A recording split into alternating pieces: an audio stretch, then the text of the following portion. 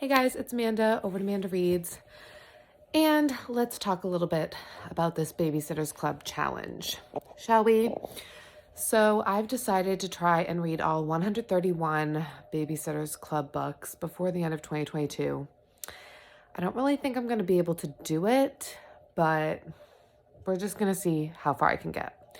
So I started this last night. I am 44 pages in to book number 1, Christie's Great Idea, which is about 24% of the way through the entire book.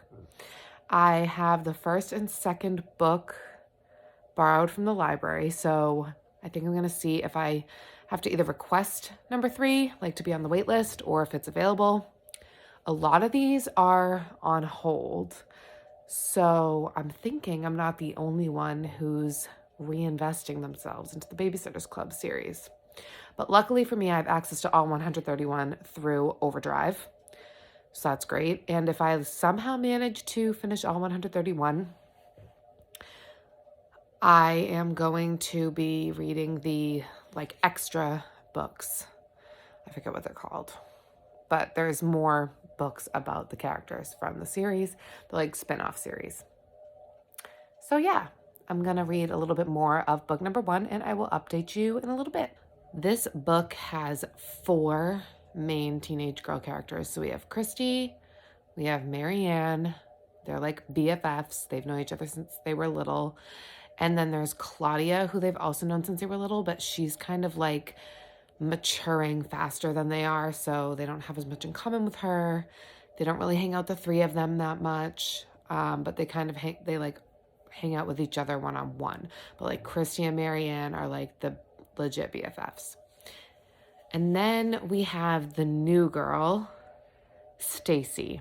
And so Christie's decided that they're going to make the Babysitters Club, which is a club where all 4 of the babysitters get together and they have meetings, and they let their families that they babysit for know when they're going to be having those meetings, and it's like the prime time for those families to call and schedule a sitter for whenever they need it, because they can reach all 4 of them instead of calling one of them. If they can't do it, calling someone else. They can't do it, call someone else. It's just a time saver. So they meet weekly, I think, and that's when they get most of their jobs. So yeah, that's about it. I'm not going to do a lot of spoilers or anything in these videos, so just giving you little overviews. And so far it's cute, which is what I'm pretty much expecting from most of these.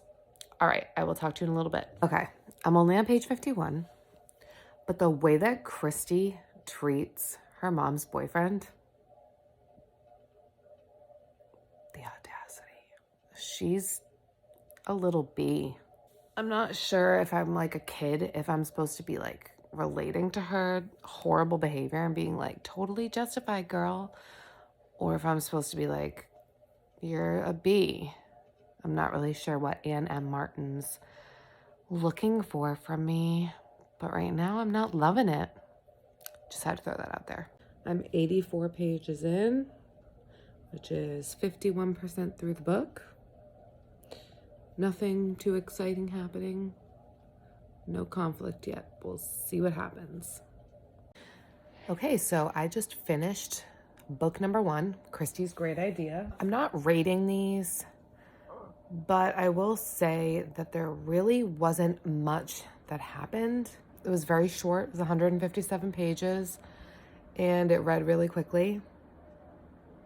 And yeah, don't really, just feel kind of neutral about it. Didn't hate it, didn't love it. And we're going to move on to Claudia and the Phantom Phone Calls, book number 2. So I'm officially halfway through book number 2 of the Babysitters Club, which is Claudia and the Phantom Phone Calls. I'm on page 64, so yeah, 49% through. There's 131 pages. In this book, the Babysitters Club finds out that there is someone who is burglarizing homes, and before the homes are burglarized, they get these phantom phone calls where someone will call the house, and then when they pick up, there won't be anybody there.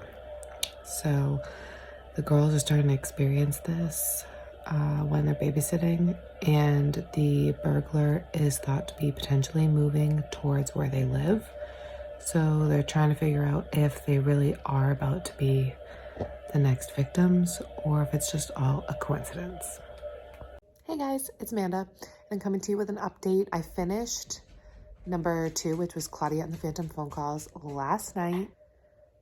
Talking about plot lines, number 1 didn't really have a plot. It was like literally just introducing characters. I mean, it had like a little conflict, but it just wasn't like a memorable plot. This book had, kind of like a spooky vibe. I liked it a lot. I found it a little anticlimactic, but again, it's a middle grade book. Like, it's not an adult book, and so it was fine. I think I'm going to start The Truth About Stacy tonight, but I don't know if I'm going to be finishing it because I don't know how much more I'm going to read. Hi guys, I'm about to start chapter 3 in The Truth About Stacy, but I just wanted to check in and say that I'm like sort of mad at Stacy's old friends in New York because they sound like complete and utter trash, and her parents are putting her in a really weird situation by not sharing her diagnosis of diabetes. Like, why are we making this a huge negative thing and making her feel ashamed of something that literally is out of her control? Like, why are we making this a huge negative? I don't understand.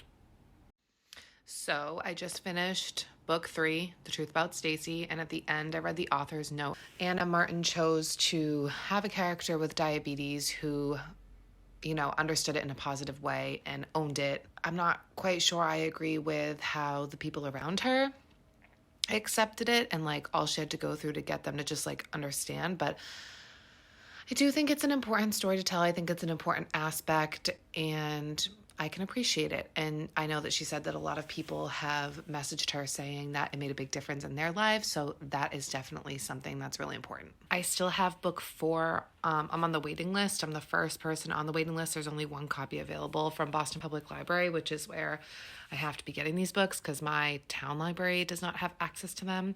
So I'm not quite sure when I'm going to be off of the waiting list and actually be able to read book 4, so I'm not quite sure when I will be updating you next, but I hope that you're enjoying as much information as I'm giving you during this read along. I'm trying not to spoil anything in case people want to pick up these books, but I hope that this is somewhat interesting to hear about. So hopefully soon I will see you with updates about book 4. Hi guys, I wanted to take a minute to check in because I actually read the 4th book in the Babysitter's Club series, and I didn't vlog it. I read it in like one sitting one night, and I just like wasn't feeling great, so I decided not to vlog it, but I do want to talk about it. So book 4 was Marianne Saves the Day, and so this book we focus more on Marianne, and actually there's a lot of trouble for the Babysitter's Club. All of them get into a big fight, so all 4 of them are fighting. And we focus on Marianne, and she's like very timid, shy. And so in this book, she really has character growth and learns like she can handle herself. I really enjoyed getting to see Marianne come out of her shell, and she does have to deal with an emergency situation while she's babysitting, and just seeing her take more responsibility and prove to her dad that she's more mature so that he can kind of let her be more independent was great. I don't really get anybody else's perspective in this book that much. Like, it's really just focused on Marianne. And we're introduced to a new character, Dawn, who has just moved back to Stony Brook. And so by the end of this book, we have a new addition to the Babysitter's Club. Dawn is officially our new member. So yeah, that's really all I want to talk about. I won't give like everything away.